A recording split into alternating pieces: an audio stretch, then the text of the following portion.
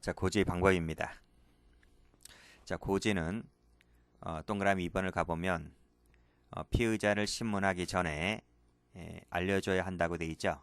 이것을 사전고지라 합니다. 반드시 사전고지를 해야 되는데 법조문 가보면 자, 2항 검사 경찰은 자, 1항에 따라 알려주었을 때에는 진술을 거부할 권리, 변호인 조력을 받을 권리를 행사할 것인지 여부를 질문해야 돼요. 그리고 답변을 반드시 조서에 기재를 해야 돼요. 이거 기재 안 하면 이 친구들 나중에 딴소리 합니다. 그리고 마지막에 답변, 자필, 그리고 기명, 날인, 서명 다 받아야 돼요. 확인 절차를 밟아야 되는데 이거 안 하면 큰일 나는 거예요. 나중에 전부 다 뭐라고요? 이런 것들 확인 절차를 밟아야 되는데 확인 절차를 밟지 않죠. 그러면 뭐라고요? 위법 수집 증거가 된다고요. 위수 증이 되기 때문에 나중에 법정에서 증거를 못 씁니다. 증거 능력이 상실된다는 게 판례입니다. 자, 됐고, 그리고 밑에 관련 판례 보면 자, 그 문서가 서류가 수사기관에서 이 조사 과정에서 작성된 것이라면 형식을 묻지 않아요. 그래서 진술조서라든지 진술서, 자술서라는 등의 형식을 취했다 할지라도 밑에 보면 진술거부권 고지 대상이 되는 이 피의자의 지위는 형식적인 사건 수리 절차를 거치기 전이라 할지라도 밑에 형식적으로 따지는 게 아니라 실질적으로 따집니다. 실질적으로 수사를 개시하는 행위를 했을 때에는 반드시 이 진술거부권을 고지를 해야만 됩니다. 그래서 우리 판례는 형식설이 아니라 실질설을 취하고 있다. 이렇게 정리를 해 두시고, 자, 그리고 자신과 제3자가 공동으로 관련된 범죄에 관한 것이거나 또는 제3자의 피의 사실뿐만 아니라 자신의 피의 사실에 관한 것이기도 하여 그 실질 나오죠? 이 실질이 피신조서의 성격을 띈다면 반드시 뭐한다? 반드시 미리 진술거부권을 고지를 해야만 된다는 내용의 판례입니다. 전부 다 실질설입니다. 됐고, 색깔 칠해 드릴게요. 이렇게 실질이 뭐다? 피신조서의 성격을 띈다면 그런 내용입니다.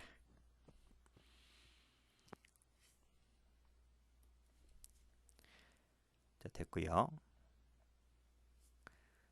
앞에 말씀드렸죠, 여기 확인 절차 거쳐야 된다고 했습니다. 그 내용의 판례입니다. 여기 보시면 자, 진술 거부권 행사할 수 있음을 알려주고 그 여부를 질문하더라도 밑에 그 답변이 그리고 기명, 날인, 서명이 되어 있어야 하는데 여기 되어 있지 않아요. 여기도 되어 있지 않죠? 그러면 밑에 증거 능력이 없다는 내용의 판례입니다. 자, 방금 읽었듯이 인정신문을 하기 전에 고지하면 됩니다. 신문시마다 고지할 필요는 없어요. 그렇지만 경질됐을 때는 다시 고지를 해야만 됩니다. 그리고 역시 공판기일마다 고지할 필요는 없는데 역시 공판 절차를 갱신하잖아요. 즉 경질되거나 갱신하거나 하면 다시 고지를 해야만 됩니다. 갱신은 뭐야? 갱신. 처음부터 다시 한다는 얘기입니다. 자, 그리고 이 진술거부권은 반드시 명시적, 적극적으로 고지를 해야만 됩니다. 그 말이 뭐야? 이게 바로 확인 절차 밟는 거야. 확인 절차를 밟는다는 의미가 명시적, 적극적. 왜 다 전부 다 자필, 서명, 기명, 날인 하게끔 되어 있기 때문에 명시적, 적극적으로 해야 된다는 내용이 그 뜻입니다. 고지하지 않으면 어떤 효과가 있을까? 말씀드렸듯이 하지 아니하면 위법 수집 증거가 되어서 증거 능력이 없어요. 그래서 자, 조사 과정에서 작성된 것이라면 어떤 형식을 취하든 간에 고지를 해야 하는데 고지하지 않았지. 그쵸? 고지하지 않았다면 임의성이 인정된다 하더라도 증거 능력이 부인됩니다. 임의성이 뭐야? 임의성이란 말은 진술할 때 뭐 강요가 없어. 뭐 폭행, 협박, 강요 이런 게 없어. 그 말이 임의성이 있다는 말이야. 자기 스스로 얘기했다고요. 그랬음에도 불구하고 미리 진술 거부권을 고지하지 않은 상태라면 증거로 못 쓴다는 내용의 판례입니다. 수십 번 출제됐죠.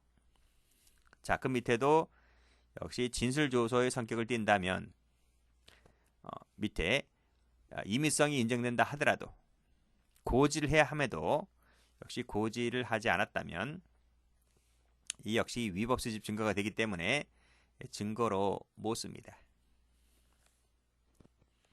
됐죠? 다음 판례.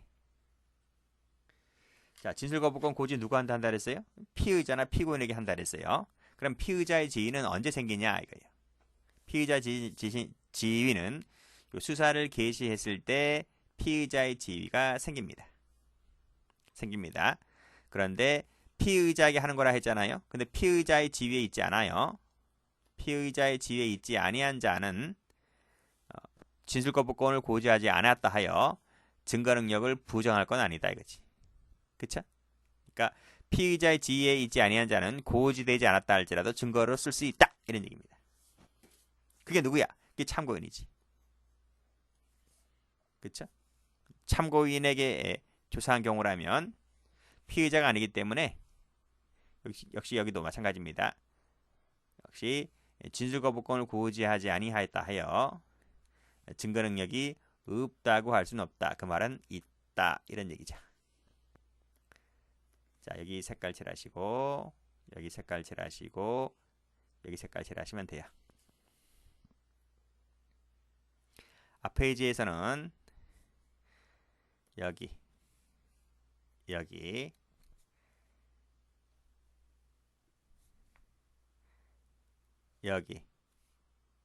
여기 색깔 칠하시면 돼요. 행사 효과. 자, 진술 거부는 피의자 피고인 권리이기 때문에 이 진술 거부권을 행사했다 해서 법적 제재를 하면 안 됩니다. 금지가 되어 있습니다. 또 불이익 추정도 안 돼요.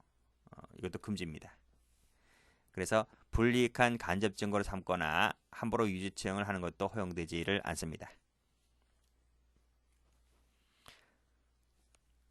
보통 진술거부권 행사하는 것이 다 뭐예요? 다 불이익하니까 진술거부권 행사하는 거 아닌가요? 그렇더라도 간접 증거로 삼거나 함부로 유죄처형을 하는 것은 안 된다는 얘기입니다. 양형 판단. 말씀드렸듯이 가중적 양형 조건으로 삼는 것은 안 되죠. 근데 예외가 있어요. 체크하세요.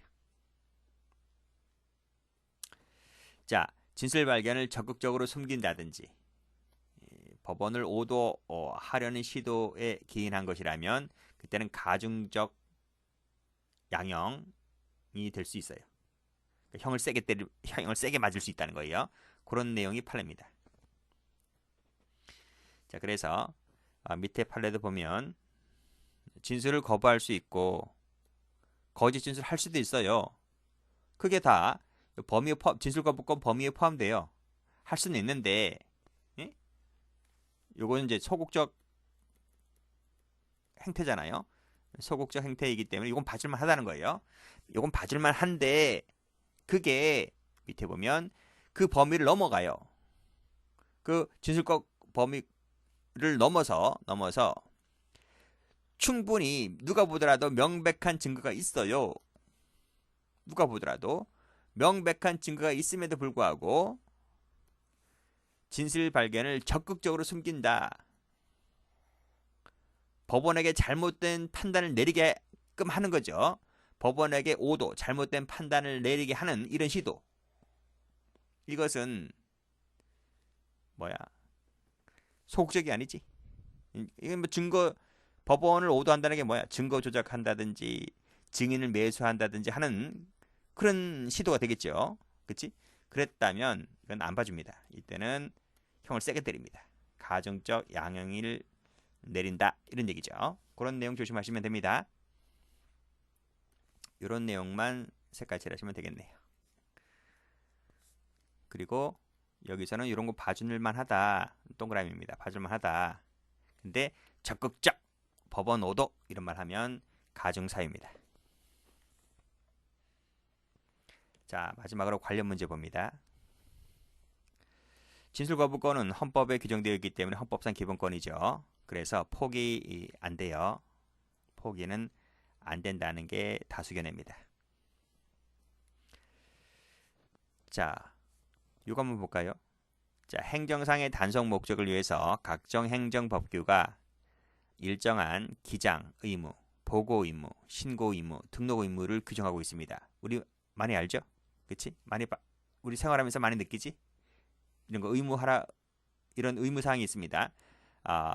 근데 이것은 진술거부권하고는 관련이 없어요. 근데 문제는 이것이 문제가 아니고 2번입니다. 도로교통법에 보면 여기 교통사고 신고 의무를 규정해 놨습니다. 그리고 이 신고 의무를 다하지 아니하면 벌칙으로 강제합니다. 이것이 진술거부권 침해가 되느냐의 문제인데 헌재는 그렇게 해석하고 있지 않죠. 자, 그 내용을 보도록 하겠습니다.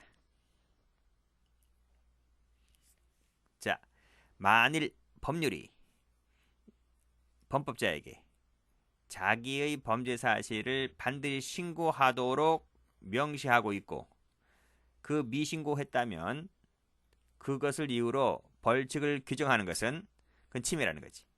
그치? 침해라는 거지. 이건 헌법이 보장하고 있는 진술거부권을 침해하고 있기 때문에 이거는 안 된다는 거지.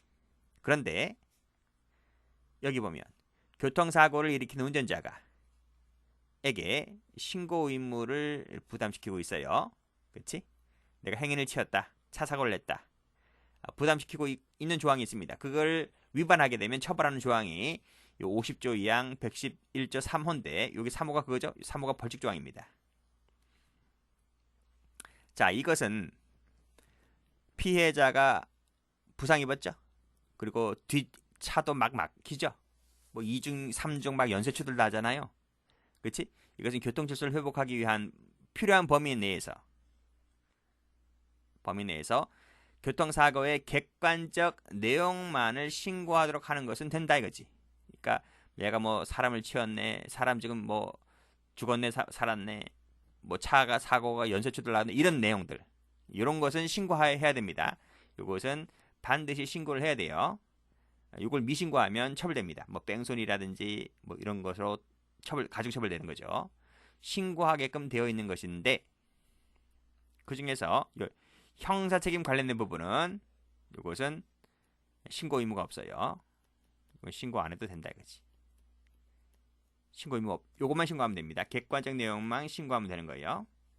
그래서 요 교통사고 처리특례법, 뭐 도로교통법 나와 있는데 도로교통법이든 어떤 법이든 형사책임 관련해서는 적용되지 않는 것으로 해석하는 한 이것은 합헌이다 이 뜻입니다. 여기서는 범죄 사실일 때에는 이건 형사책임이잖아요. 형사책임 관련해서 적어볼까요?